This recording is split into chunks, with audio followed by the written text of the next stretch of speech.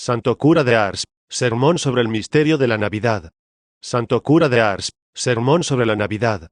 Evangelizo vobis gaudium magnum, natus est vobis hodie Salvator.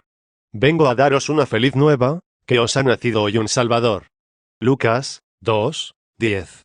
A un moribundo sumamente apegado a la vida, ¿puede acaso dársele más dichosa nueva que decirle que un médico hábil va a sacarle de las puertas de la muerte? Pues infinitamente más dichosa es la que el ángel anuncia a todos los hombres en la persona de los pastores. Sí, el demonio había inferido, por el pecado, las más crueles y mortales heridas a nuestras pobres almas. Había plantado en ellas las tres pasiones más funestas, de donde dimanan todas las demás, que son el orgullo, la avaricia, la sensualidad. Habiendo quedado esclavos de estas vergonzosas pasiones, éramos todos nosotros como enfermos desahuciados, y no podíamos esperar más que la muerte eterna, si Jesucristo, nuestro verdadero médico, no hubiese venido a socorrernos. Pero no, conmovido por nuestra desdicha, dejó el seno de su Padre y vino al mundo, abrazándose con la humillación, la pobreza y los sufrimientos, a fin de destruir la obra del demonio y aplicar eficaces remedios a las crueles heridas que nos había causado esta antigua serpiente. Sí, viene este tierno Salvador para curarnos de todos estos males, para merecernos la gracia de llevar una vida humilde, pobre y mortificada. Y, a fin de mejor conducirnos a ella, quiere él mismo darnos ejemplo. Esto es lo que vemos de una manera admirable en su nacimiento. Veníos que él nos prepara, primer con sus humillaciones y obediencia, un remedio para nuestro orgullo. Segundo con su extremada pobreza, un remedio a nuestra afición a los bienes de este mundo. Y tercer con su estado de sufrimiento y de mortificación, un remedio a nuestro amor a los placeres de los sentidos. Por este medio, nos devuelve la vida espiritual que el pecado de Adán nos había arrebatado, o, por mejor decir, viene a abrirnos las puertas del cielo que el pecado nos había cerrado. Conforme a esto, pensad vosotros mismos cuál debe ser el gozo y la gratitud de un cristiano a la vista de tantos beneficios. Se necesita más para movernos a amar a este tierno y dulce Jesús, que viene a cargar con todos nuestros pecados, y va a satisfacer a la justicia de su Padre por todos nosotros. Oh, Dios mío. ¿Puede un cristiano considerar todas estas cosas sin morir de amor y gratitud? 1. Digo, pues, que la primera llaga que el pecado causó en nuestra alma es el orgullo, esa pasión tan peligrosa, que consiste en el fondo de amor y estima de nosotros mismos, el cual hace, primer, que no queramos depender de nadie, ni obedecer. Segundo, que nada temamos tanto como vernos humillados a los ojos de los hombres. Tercer, que busquemos todo lo que nos puede ensalzar en su estimación. Pues bien, ved lo que Jesucristo viene a combatir en su nacimiento por la humildad más profunda. No solamente quiere él depender de su Padre Celestial y obedecerle en todo, sino que quiere también obedecer a los hombres, y en alguna manera depender de su voluntad. En efecto, el emperador Augusto ordena que se haga el censo de todos sus súbditos, y que cada uno de ellos se haga inscribir en el lugar donde nació. Y vemos que, apenas publicado este edicto, la Virgen Santísima y San José se ponen en camino, y Jesucristo, aunque en el seno de su madre, obedece con conocimiento y elección esta orden. Decidme, ¿podemos encontrar ejemplo de humildad más grande? 5 Más capaz de movernos a practicar esta virtud con amor. 5 Diligencia. ¿Qué? Un Dios obedece a sus criaturas y quiere depender de ellas, y nosotros, miserables pecadores, que, en vista de nuestras miserias espirituales, debiéramos escondernos en el polvo. Podíamos aún buscar 1000 pretextos para dispensarnos de obedecer los mandamientos de Dios y de su Iglesia a nuestros superiores, que ocupan en esto el lugar del mismo Dios. ¡Qué bochorno para nosotros, si comparamos nuestra conducta con la de Jesucristo! Otra lección de humildad que nos da Jesucristo es la de haber querido sufrir la repulsa del mundo. Después de un viaje de 40 leguas, María y José llegaron a Belén. Con qué honor no debía ser recibido aquel a quien esperaban hacía miles de años. Mas como venía para curarnos de nuestro orgullo y enseñarnos la humildad, permite que todo el mundo lo rechace y nadie le quiera hospedar. Ved, pues, a un Señor del universo, al Rey de cielos y tierra, despreciado, rechazado de los hombres, por los cuales viene a dar la vida a fin de salvarnos. Preciso es, pues, que el Salvador se vea reducido a que unos pobres animales le presten su morada. Dios mío, qué humildad y qué anonadamiento para un Dios. Sin duda, nada nos es tan sensible como las afrentas, los desprecios y las repulsas. Pero si nos paramos a considerar los que padeció Jesucristo, podremos nunca quejarnos, por grandes que sean los nuestros? ¡Qué dicha para nosotros, tener ante los ojos tan hermoso modelo, al cual podemos seguir sin temor de equivocarnos! Digo que Jesucristo, muy lejos de buscar lo que podía ensalzarle en la estima de los hombres, quiere, por el contrario, nacer en la oscuridad y en el olvido. Quiere que unos pobres pastores sean secretamente avisados de su nacimiento por un ángel, a fin de que las primeras adoraciones que reciba vengan de los más humildes entre los hombres. Deja en su reposo y en su abundancia a los grandes y a los dichosos del siglo, para enviar sus embajadores a los pobres, a fin de que sean consolados en su estado, viendo en un pesebre, tendido sobre un manojo de paja, a su Dios y Salvador. Los ricos no son llamados sino mucho tiempo después, para darnos a entender que de ordinario las riquezas y comodidades suelen alejarnos de Dios.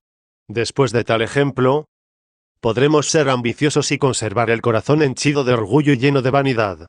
Podremos todavía buscar la estimación y el aplauso de los hombres, si volvemos los ojos al pesebre. ¿No nos parecerá oír al tierno y amable Jesús que nos dice a todos: «Aprended de mí, que soy manso y humilde de corazón»? Mat. 10:10. Gustemos, pues, de vivir en el olvido y desprecio del mundo. Nada temamos tanto, nos dice San Agustín, como los honores y las riquezas de este mundo, porque, si fuera permitido amarlas, las hubiera amado también aquel que se hizo hombre por amor nuestro. Si él huyó y despreció todo esto, nosotros debemos hacer otro tanto, amar lo que él amó y despreciar lo que él despreció. Tal es la lección que Jesucristo nos da al venir al mundo, y tal es, al propio tiempo, el remedio que aplica a nuestra primera llaga, que es el orgullo. Pero hay, en nosotros una segunda llaga no menos peligrosa, la avaricia. 2. Digo, que la segunda llaga que el pecado ha abierto en el corazón del hombre, es la avaricia, es decir, el amor desordenado de las riquezas y bienes terrenales. ¿Qué estragos causa esta pasión en el mundo? Razón tiene San Pablo en decirnos que ella es la fuente de todos los males. No es, en efecto, de este maldito interés de donde vienen las injusticias, las envidias, los odios, los perjurios, los pleitos, las riñas, las animosidades y la dureza con los pobres. Según esto, podemos extrañarnos de que Jesucristo, que viene a la tierra para curar las pasiones de los hombres, quiera nacer en la más grande pobreza y en la privación de todas las comodidades, aun de aquellas que parecen necesarias a la vida humana. Y por esto vemos que comienza por escoger una madre pobre y quiere pasar por hijo de un pobre artesano. Y, como los profetas habían anunciado que nacería de la familia real de David, a fin de conciliar este noble origen con su grande amor a la pobreza, permite que, en el tiempo de su nacimiento, esta ilustre familia haya caído en la indigencia. Va todavía más lejos. María y José, aunque harto pobres, tenían, con todo, una pequeña casa en Nazaret. Esto era todavía demasiado para él. No quiere nacer en un lugar que le pertenezca, y por esto obliga a su Santa Madre a que haga con José un viaje a Belén en el tiempo preciso en que ha de ponerle en el mundo. Pero a lo menos en Belén, patria de su padre David, no hallará parientes que le reciban en su casa. Nada de esto, nos dice el Evangelio. No hay quien le quiera recibir.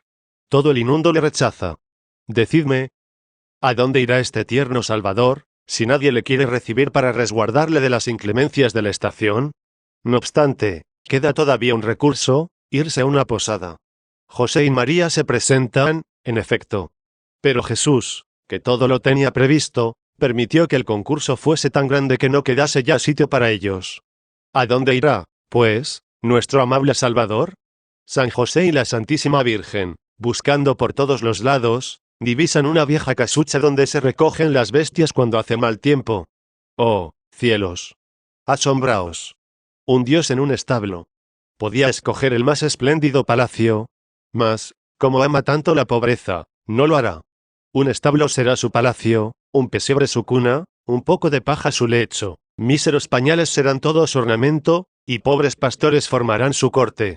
Decidme, ¿podía enseñarnos de una manera más eficaz el desprecio que debemos tener a los bienes y riquezas de este mundo, y, al propio tiempo, la estima en que hemos de tener la pobreza y a los pobres? Venid, miserables, dice San Bernardo, venid vosotros, todos los que tenéis el corazón apegado a los bienes de este mundo, escuchad lo que os dicen este establo, esta cuna y estos pañales que envuelven a vuestro Salvador. Desdichados de vosotros los que amáis los bienes de este mundo. ¿Cuán difícil es que los ricos se salven? ¿Por qué? Me preguntaréis. ¿Por qué? Os lo diré, primero porque ordinariamente la persona rica está llena de orgullo. Es menester que todo el mundo le haga acatamiento. Es menester que las voluntades de todos los demás se sometan a la suya. Segundos porque las riquezas apegan nuestro corazón a la vida presente, así vemos todos los días que los ricos temen en gran manera la muerte. Terceros porque las riquezas son la ruina del amor de Dios y extinguen todo sentimiento de compasión con los pobres, o, por mejor decir, las riquezas son un instrumento que pone en juego todas las demás pasiones. Si tuviésemos abiertos los ojos del alma, cuánto temeríamos que nuestro corazón se apegase a las cosas de este mundo. Si los pobres llegaran a entender bien cuánto los acerca a Dios su estado y de qué modo les abre el cielo, ¿cómo bendecirían al Señor por haberlos puesto en una posición que tanto les aproxima a su Salvador? Si ahora me preguntáis, ¿cuáles son esos pobres a quienes tanto ama Jesucristo? Son los que sufren su pobreza con espíritu de penitencia, sin murmurar y sin quejarse. Sin esto, su pobreza no les serviría sino para hacerlos aún más culpables que los ricos. Entonces, me diréis, ¿qué han de hacer los ricos para imitar a un Dios tan pobre y despreciado? Os lo diré, no han de apegar su corazón a los bienes que poseen. Han de emplear esos bienes en buenas obras en cuanto puedan. Han de dar gracias a Dios por haberles concedido un medio tan fácil de rescatar sus pecados con sus limosnas. No han de despreciar nunca a los que son pobres, antes al contrario, han de respetarlos viendo en ellos una gran semejanza con Jesucristo. Así es como, con su gran pobreza, nos enseña Jesucristo a combatir nuestro apego a los bienes de este mundo. Por ella nos cura la segunda llaga que nos ha causado el pecado. Pero nuestro tierno Salvador quiere todavía curarnos una tercera llaga producida en nosotros por el pecado, que es la sensualidad. 3. Esta pasión consiste en el apetito desordenado de los placeres, que se gozan por los sentidos. Esta funesta pasión nace del exceso en el comer y beber, del excesivo amor al descanso, a los regalos y comodidades de la vida, a los espectáculos, a las reuniones profanas, en una palabra, a todos los placeres que dan gusto a los sentidos. ¿Qué hace Jesucristo para curarnos de esta peligrosa enfermedad? Vedlo, nacen los sufrimientos, las lágrimas y la mortificación. Nace durante la noche, en la estación más rigurosa del año. Apenas nacido, se le tiende sobre unos manojos de paja, en un establo. ¡Oh, Dios mío! ¡Qué estado para un Dios! Cuando el Eterno Padre crió a Adán, le puso en un jardín de delicias. Nace ahora su hijo, y le pone sobre un puñado de paja. ¡Oh, Dios mío! Aquel que hermosea el cielo y la tierra, aquel que constituye toda la felicidad de los ángeles y de los santos, quiere nacer y vivir y morir entre sufrimientos. ¿Puede acaso mostrarnos de una manera más elocuente el desprecio que debemos tener a nuestro cuerpo, y cómo debemos tratarlo duramente por temor de perder el alma? ¡Oh, Dios mío! ¡Qué contradicción! Un Dios sufre por nosotros, un Dios derrama lágrimas por nuestros pecados, y nosotros nada quisiéramos sufrir, quisiéramos toda suerte de comodidades. Pero también, qué terribles amenazas no nos hacen las lágrimas y los sufrimientos de este divino niño. Ay de vosotros, nos dice él, que pasáis vuestra vida riendo, porque día vendrán que derramaréis lágrimas sin fin. El reino de los cielos, nos dice, sufre violencia, y solo lo arrebatarán los que se la hacen continuamente. Sí, si nos acercamos confiadamente a la cuna de Jesucristo, si mezclamos nuestras lágrimas con las de nuestro tierno Salvador, en la hora de la muerte escucharemos aquellas dulces palabras: dichosos los que lloraron, porque serán consolados. Tal es, pues, la tercera llaga que Jesucristo vino a curar haciéndose hombre, la sensualidad, es decir, ese maldito pecado de la impureza. ¿Con qué ardor hemos de querer, amar y buscar todo lo que puede procurarnos o conservar en nosotros una virtud que nos hace tan agradables a Dios?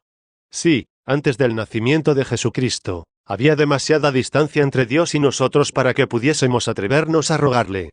Pero el Hijo de Dios, haciéndose hombre, quiere aproximarnos sobremanera a Él y forzarnos a amarle hasta la ternura. ¿Cómo, viendo a un Dios en estado de tierno infante, podríamos negarnos a amarle con todo nuestro corazón? Él quiere ser, por sí mismo, nuestro mediador, se encarga de pedirlo todo al Padre por nosotros, nos llama hermanos e hijos suyos. ¿Podía tornar otros nombres que nos inspirasen mayor confianza? Vayamos, pues, a Él plenamente confiados cada vez que hayamos pecado. Él pedirá nuestro perdón, y nos obtendrá la dicha de perseverar. Mas, para merecer esta grande y preciosa gracia, Es preciso que sigamos las huellas de nuestro modelo, que amemos, a ejemplo suyo, la pobreza, el desprecio y la pureza. Que nuestra vida responda a nuestra alta cualidad de hijos y hermanos de un Dios hecho hombre. No podemos considerar la conducta de los judíos sin quedarnos sobrecogidos de asombro. Este pueblo estaba esperando al Salvador hacía ya cientos de años, había estado rogando siempre, movido por el deseo que tenía de recibirle, y, al presentarse, nadie se encuentra que le ofrezca un pequeño albergue. Siendo Dios omnipotente, vese precisado a que le presten su morada unos pobres animales. No obstante, en la conducta de los judíos, criminal como es, hallo yo, no un motivo de excusa para aquel pueblo, sino un motivo de condenación para la mayor parte de los cristianos. Sabemos que los judíos se habían formado de su libertador una idea que no se avenía con el estado de humillación en que él se presentaba. Parecían no poder persuadirle de que él fuese el que había de ser su libertador. Pues, como nos dice muy bien San Pablo, si los judíos le hubiesen reconocido Dios, jamás le hubieran dado muerte. Cor. 2, 8. Pequeña excusa es esta para los judíos. Mas nosotros, ¿qué excusa podemos tener para nuestra frialdad y nuestro desprecio de Jesucristo? Sí, sin duda, nosotros creemos verdaderamente que Jesucristo apareció en la tierra, y que dio pruebas las más convincentes de su divinidad. He aquí el objeto de nuestra solemnidad. Este mismo Dios quiere, por la efusión de su gracia, nacer espiritualmente en nuestros corazones. He aquí los motivos de nuestra confianza. Nosotros nos gloriamos, y con razón, de reconocer a Jesucristo por nuestro Dios, nuestro Salvador y nuestro modelo. He aquí el fundamento de nuestra fe. Pero, con todo esto, decidme, ¿qué homenaje le rendimos? ¿Acaso hacemos por él algo más que si todo esto no creyéramos? Decidme, ¿responde a nuestra creencia nuestra conducta? Mirémoslo un poco más de cerca, y veremos que somos todavía más culpables que los judíos en su ceguera y endurecimiento. 4. Por de pronto, no hablamos de aquellos que, habiendo perdido la fe, no la profesan ya exteriormente. Hablamos de aquellos que creen todo lo que la Iglesia nos enseña, y, sin embargo, nada o casi nada hacen de lo que la religión nos manda. Hagamos acerca de esto algunas reflexiones apropiadas a los tiempos en que vivimos. Censuramos a los judíos por haber rehusado un asilo a Jesucristo, a quien no conocían. Pero, ¿hemos reflexionado bien, que nosotros le hacemos igual afrenta cada vez que descuidamos recibirlo en nuestros corazones por la Santa Comunión? Censuramos a los judíos por haberle crucificado, a pesar de no haberles hecho más que bien. Y decidme, ¿a nosotros qué mal nos ha hecho? O, por mejor decir, ¿qué bien ha dejado de hacernos? Y en recompensa, ¿no le hacemos nosotros el mismo ultraje cada vez que tenemos la audacia de entregarnos al pecado? ¿Y nuestros pecados no son mucho más dolorosos para su corazón que lo que los judíos le hicieron sufrir? No podemos leer sin horror todas las persecuciones que sufrió de parte de los judíos, que con ello creían hacer una obra grata a Dios. Pero, ¿no hacemos nosotros una guerra 1000 veces más cruel a la santidad del Evangelio con nuestras costumbres desarregladas? Todo nuestro cristianismo se reduce a una fe muerta. Y parece que no creemos en Jesucristo sino para ultrajarle más y deshonrarle con una vida tan miserable a los ojos de Dios. Juzgad, según esto, ¿qué deben pensar de nosotros los judíos, y con ellos todos los enemigos de nuestra santa religión? Cuando ellos examinan las costumbres de la mayor parte de los cristianos, encuentran una gran multitud de estos que viven poco más o menos como si nunca hubiesen sido cristianos. Me limitaré a 2 puntos esenciales, que son, el culto exterior de nuestra santa religión y los deberes de la caridad cristiana. Santo cura de Ars, sermón sobre la novedad no, nada debiera sernos más humillante 5 más amargo que los reproches, que los enemigos de nuestra fe nos echan en cara a este propósito. Porque todo ello no tiende sino a demostrarnos cómo nuestra conducta está en contradicción con nuestras creencias. Vosotros os gloriáis, nos dicen, de poseer en cuerpo y alma la persona de ese mismo Jesucristo, que en otro tiempo vivió en la tierra, y a quien adoráis como a vuestro Dios y Salvador. Vosotros creéis que Él baja a vuestros altares, que mora en vuestros sagrarios, que su carne es verdadero manjar y su sangre verdadera bebida para vuestras almas. Mas, si esta es vuestra fe, entonces sois vosotros los impíos, ya que os presentáis en las iglesias con menos respeto, compostura y decencia de los que usaríais para visitar en su casa a una persona honesta.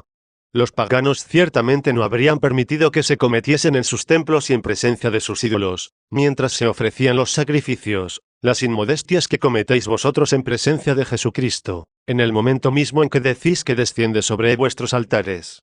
Si verdaderamente creéis lo que afirmáis creer, debierais estar sobrecogidos de un temblor santo. Estas censuras son muy merecidas. ¿Qué puede pensarse, en efecto, viendo la manera como la mayor parte de los cristianos se portan en nuestras iglesias? Los unos están pensando en sus negocios temporales, los otros en sus placeres. Este duerme, a otro se le hace el tiempo interminable. El uno vuelve la cabeza, el otro bosteza, el otro se está rascando, o revolviendo las hojas de su devocionario, o mirando con impaciencia si falta todavía mucho para que terminen los santos oficios. La presencia de Jesucristo es un martirio, mientras que se pasarán 5 o 6 horas en el teatro, en la taberna, en la caza, sin que este tiempo se les haga largo, y podéis observar que, durante los ratos que se conceden al mundo y a sus placeres, no hay quien se acuerde de dormir, ni de bostezar, ni de fastidiarse. Pero, ¿es posible que la presencia de Jesucristo sea tan ingrata a los cristianos, que debieran hacer consistir toda su dicha en venir a pasar unos momentos en compañía de tan buen Padre? Decidme, ¿qué debe pensar de nosotros el mismo Jesucristo, que ha querido hallarse presente en nuestros sagrarios solo por nuestro amor, al ver que su santa presencia, que debiera constituir toda nuestra felicidad, o más bien nuestro paraíso en este mundo, parece ser un suplicio y un martirio para nosotros? ¿No hay razón para creer que esta clase de cristianas no irá jamás al cielo, donde debería estar toda la eternidad en presencia de este mismo Salvador? ¿Vosotros no conocéis vuestra ventura cuando tenéis la dicha de presentaros delante de vuestro Padre, que os ama más que a sí mismo, y os llama al pie de sus altares, como en otro tiempo llamó a los pastores, para colmaros de toda suerte de beneficios? Si estuviésemos bien penetrados de esto, ¿con qué amor y con qué diligencia vendríamos aquí como los Reyes Magos, para hacerle ofrenda de todo lo que poseemos, es decir, de nuestros corazones y de nuestras almas? ¿No vendrían los padres y madres con mayor solicitud a ofrecerle toda su familia, para que la bendijese y le diese las gracias de la santificación? ¿Y con qué gusto no acudirían los ricos a ofrecerle una parte de sus bienes en la persona de los pobres? Dios mío, ¿cuántos bienes nos hace perder para la eternidad nuestra poca fe? Pero escuchad todavía a los enemigos de nuestra santa religión, nada digamos, continúan ellos, de vuestros sacramentos, con respecto a los cuales vuestra conducta dista tanto de vuestra creencia, como el cielo dista de la tierra. Tenéis el bautismo, por el cual quedáis convertidos en otros tantos dioses, elevados a un grado de honor que no puede comprenderse, porque supone que solo Dios os sobrepuja. Mas, ¿qué se puede pensar de vosotros, viendo como la mayor parte os entregáis a crímenes, que os colocan por debajo de las bestias desprovistas de razón?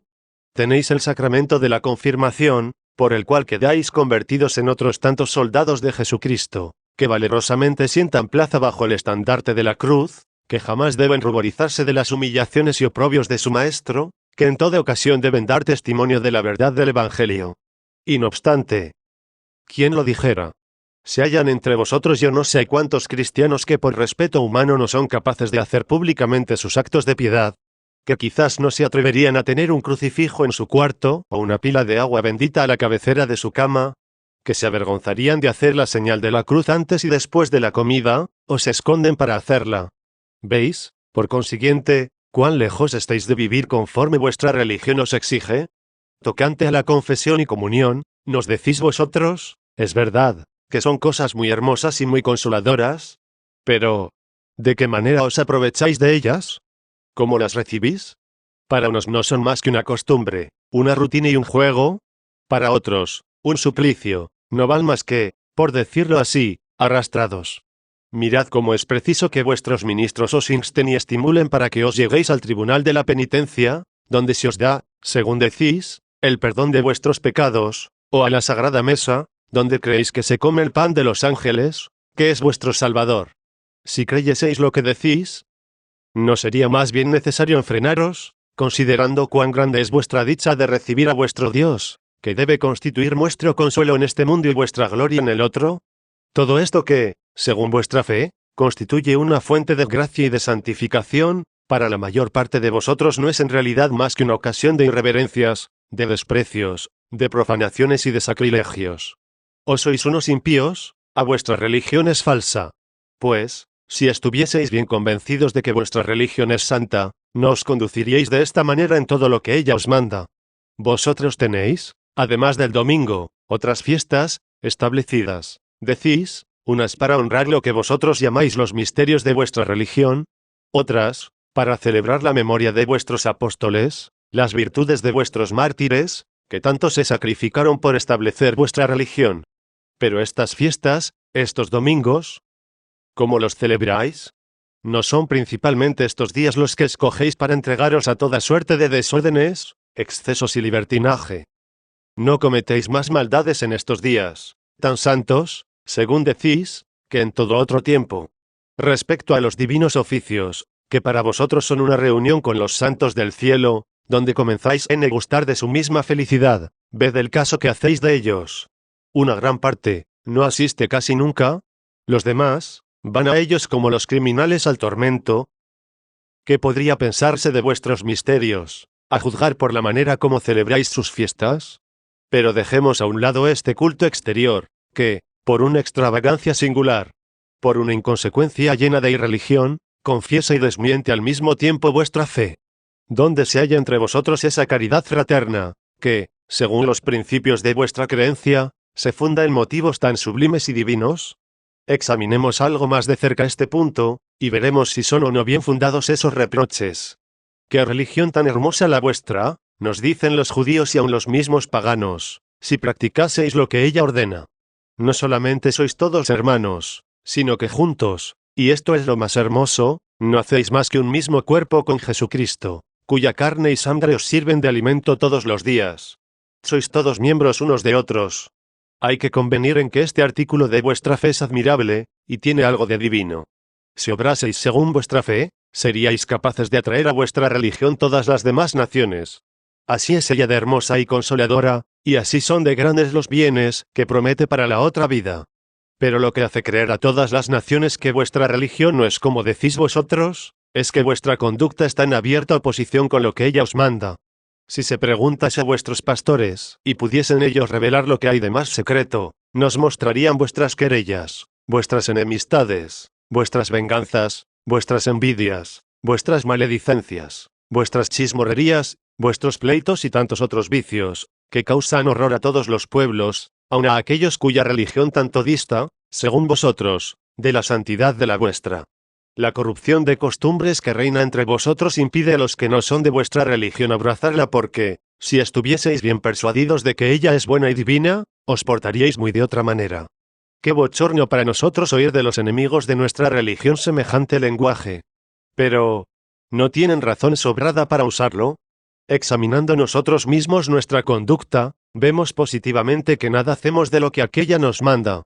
Parece, al contrario, que no pertenecemos a una religión tan santa sino para deshonrarle y desviar a los que la quisieran abrazar, una religión que nos prohíbe el pecado, que nosotros cometemos con tanto gusto y al cual nos precipitamos con tal furor, que parece no vivimos sino para multiplicarlo. Una religión que cada día presenta ante nuestros ojos a Jesucristo como un buen Padre, que quiere colmarnos de beneficios, y nosotros huimos su santa presencia, o si nos presentamos ante Él, en el templo, no es más que para despreciarle y hacernos aún más culpables. Una religión que nos ofrece el perdón de nuestros pecados por el ministerio de sus sacerdotes, y, lejos de aprovecharnos de estos recursos, o los profanamos o los rehuimos. Una religión que nos descubre tantos bienes en la otra vida, y nos muestra medios tan seguros y fáciles de conseguirlos, y nosotros no parece que conozcamos todo esto sino para convertirlo en objeto de un cierto desprecio y chanza de mal gusto. ¿En qué abismo de ceguera hemos caído? Una religión que no cesa nunca de advertirnos que debemos trabajar sin descanso en corregir nuestros defectos, y nosotros, lejos de hacerlo así, yendo en busca de todo lo que puede enardecer nuestras pasiones.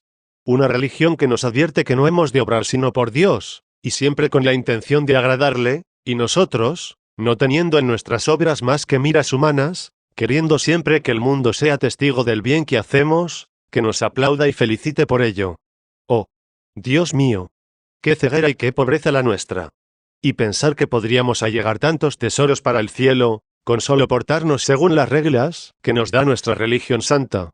Pero escuchad todavía cómo los enemigos de nuestra santa y divina religión nos abruman con sus reproches. Decís vosotros que vuestro Jesús, a quien consideráis como vuestro Salvador, os asegura que mirará como hecho a sí propio todo cuanto hiciereis por vuestro hermano. Esta es una de vuestras creencias, por cierto, muy hermosa. Pero, si esto es así como vosotros nos decís, ¿es que no lo creéis sino para insultar al mismo Jesucristo? ¿Es que no lo creéis sino para maltratarle y ultrajarle de la manera más cruel en la persona de vuestro prójimo? Según vuestros principios, las menores faltas contra la caridad han de ser consideradas con otros tantos ultrajes hechos a Jesucristo. Pero entonces, decid, cristianos, ¿qué nombre daremos a esas maledicencias, a esas calumnias, a esas venganzas, a esos odios con que os devoráis los unos a los otros? He aquí que vosotros sois 1000 veces más culpables con la persona de Jesucristo, que los mismos judíos a quienes echáis en cara su muerte. No. Las acciones de los pueblos más bárbaros contra la humanidad nada son comparadas con lo que todos los días hacemos nosotros contra los principios de la caridad cristiana. Aquí tenéis una parte de los reproches que nos echan en rostro los enemigos de nuestra santa religión. No me siento con fuerzas para proseguir, tan triste es esto y deshonroso para nuestra santa religión, tan hermosa, tan consoladora, tan capaz de hacernos felices, aun en este mundo, mientras nos prepara una dicha infinita para la eternidad. Y si esos reproches son ya tan humillantes para un cristiano cuando no salen más que de boca de los hombres, dejo a vuestra consideración qué será cuando tengamos la desventura de oírlos de boca del mismo Jesucristo, al comparecer delante de él, para darle cuenta de las obras que nuestra fe debiera haber producido en nosotros. Miserable cristiano, nos dirá Jesucristo, Mat. 11. 24. ¿Dónde están los frutos de la fe con que yo había enriquecido tu alma? De aquella fe en la cual viviste y cuyo símbolo rezabas todos los días. Me habías tomado por tu Salvador y tu modelo.